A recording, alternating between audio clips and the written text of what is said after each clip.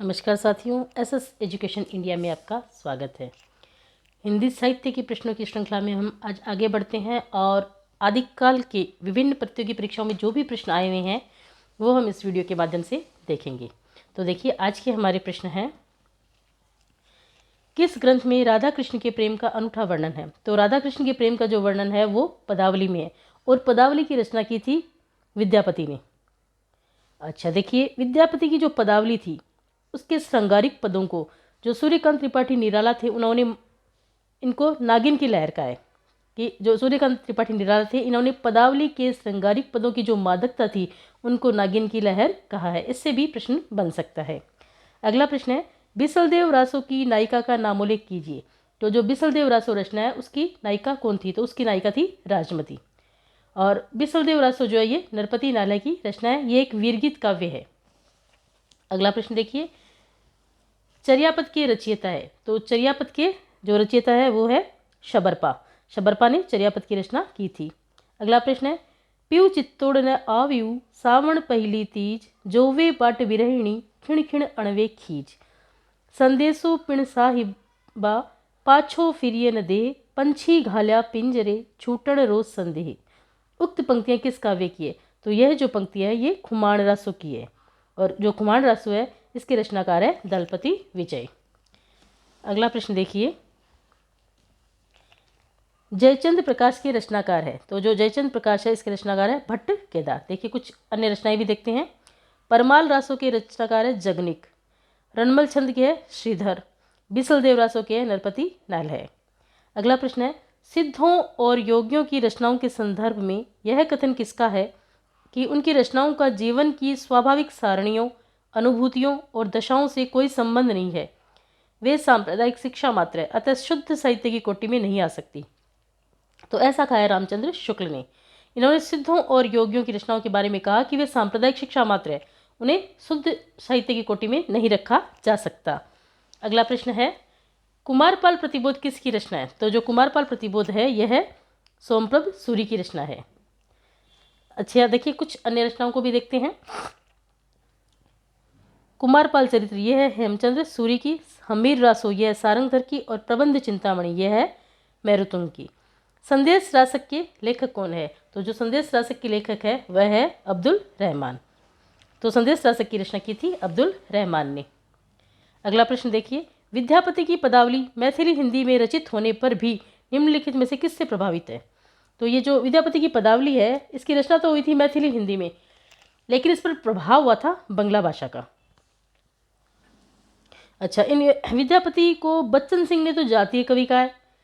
हजारी प्रसाद द्विवेदी ने विद्यापति को श्रृंगारस के सिद्ध वाक कवि कहा है।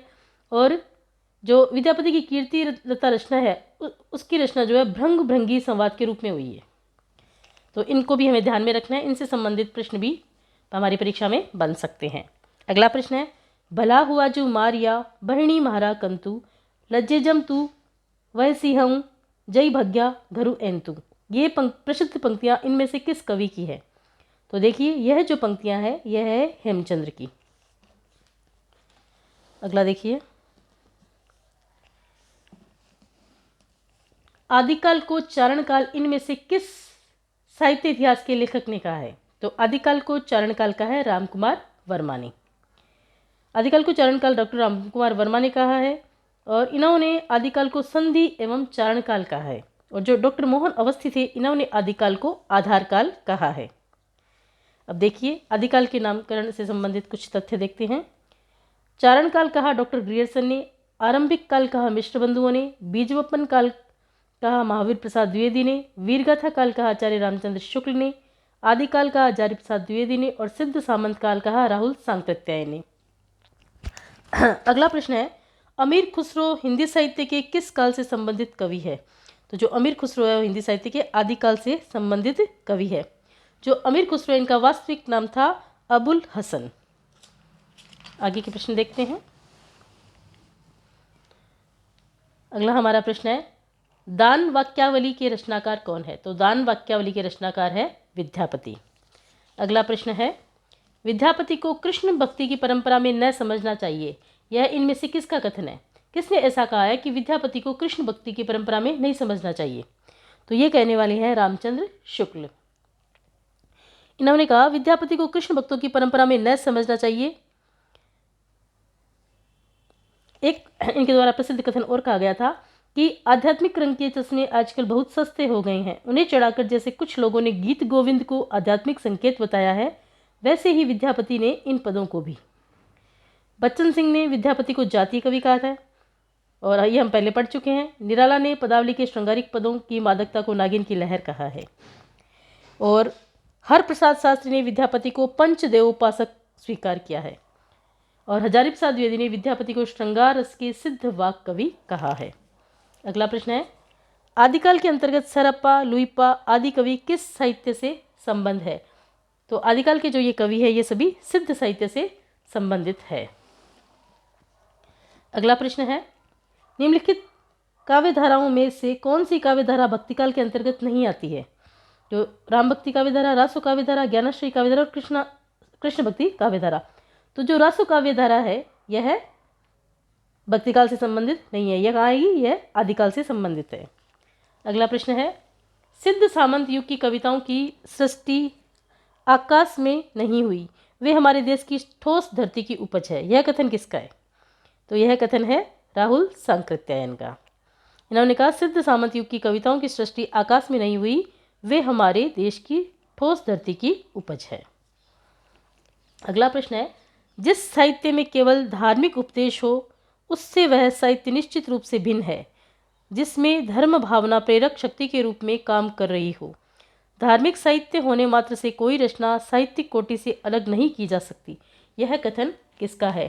तो यह कथन जो है यह है हजारी प्रसाद द्विवेदी का। अगला प्रश्न देखिए, इस संबंध में इसके अतिरिक्त और कुछ कहने की जगह नहीं कि यह पूरा ग्रंथ वास्तव में जाली है। पृथ्वीराज रासो विषय यह स्थापना किसकी है? तो पृथ्वीराज रासो के बारे में ये कहा था रामचंद्र शुक्ल ने। देखिए इसमें 3 मत है। ये जो पृथ्वीराज रासो है इसको प्रामाणिक मानने वाले, अप्रामाणिक मानने वाले और अर्ध प्रामाणिक मानने वाले। तो देखिए इसमें अप्रामाणिक मानने वाले विद्वान हैं डॉक्टर वुलर, गौरीशंकर हीराचंद ओझा, आचार्य रामचंद्र शुक्ल, देवी प्रसाद और कविराज श्यामल दास। इन्होंने तो इसको अप्रामाणिक माना। जबकि प्रामाणिक मानने वाले विद्वान हैं श्याम सुंदर दास, कर्नल टोड, मिश्र बंधु और मोहनलाल विष्णुलाल पंड्या। और अर्ध प्रामाणिक मानने वाले विद्वान हैं आचार्य हजारी प्रसाद द्विवेदी, डॉक्टर सुनीति कुमार चटर्जी और डॉक्टर दशरथ शर्मा। इन्होंने इसे अर्ध प्रामाणिक मानना था। अगला देखिए, इस ग्रंथ में श्रृंगार की ही प्रधानता है, वीर रस का किंचित आभास मात्र है। रामचंद्र शुक्ल की यह मान्यता किस ग्रंथ के संदर्भ में है? तो रामचंद्र शुक्ल ने यह कहा था बिसलदेव रासो के बारे में। इस ग्रंथ में श्रृंगार की ही प्रधानता है, वीर रस का किंचित आभास मात्र है। अगला प्रश्न देखिए,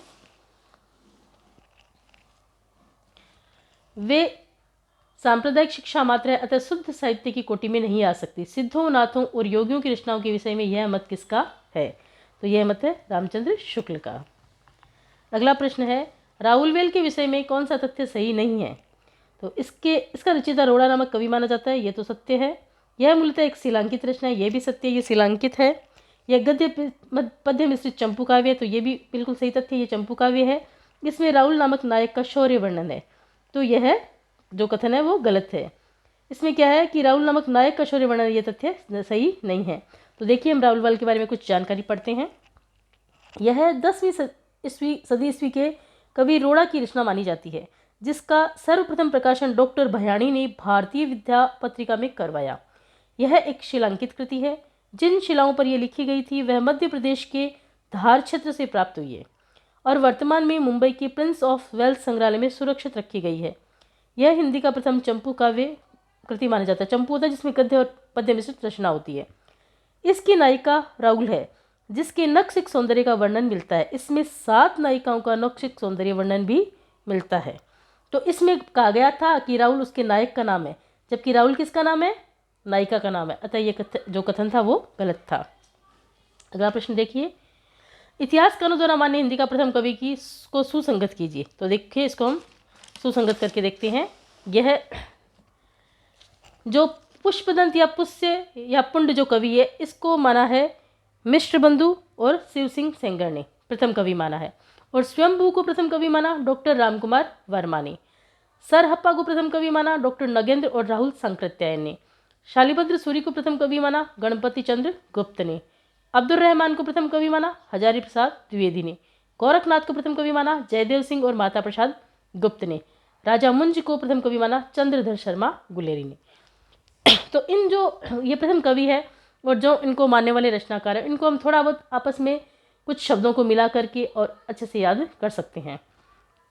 जैसे गणपति चंद्रगुप्त ने शालिभद्र सूरी को माना, तो हम इसको ऐसे याद कर सकते हैं कि जो गणपति थे उनके हजारों उनके कई शालियाँ थी, ऐसे इस प्रकार से इनको याद कर सकते हैं। और अब्दुल रहमान को हजार नाम अब्दुल रहमान हजार थे, ऐसे नाम करके इनको याद कर सकते हैं। ठीक है। और गोरखनाथ तो गोरख की माता जी, इस प्रकार से किसी भी प्रकार से हम इनको जोड़ करके आपस में रिलेटेड करके याद कर सकते हैं। तो आज के हम प्रश्न यहीं तक करेंगे। आगे के प्रश्नों के लिए हम आगे की वीडियो में मिलेंगे। तब तक के लिए धन्यवाद।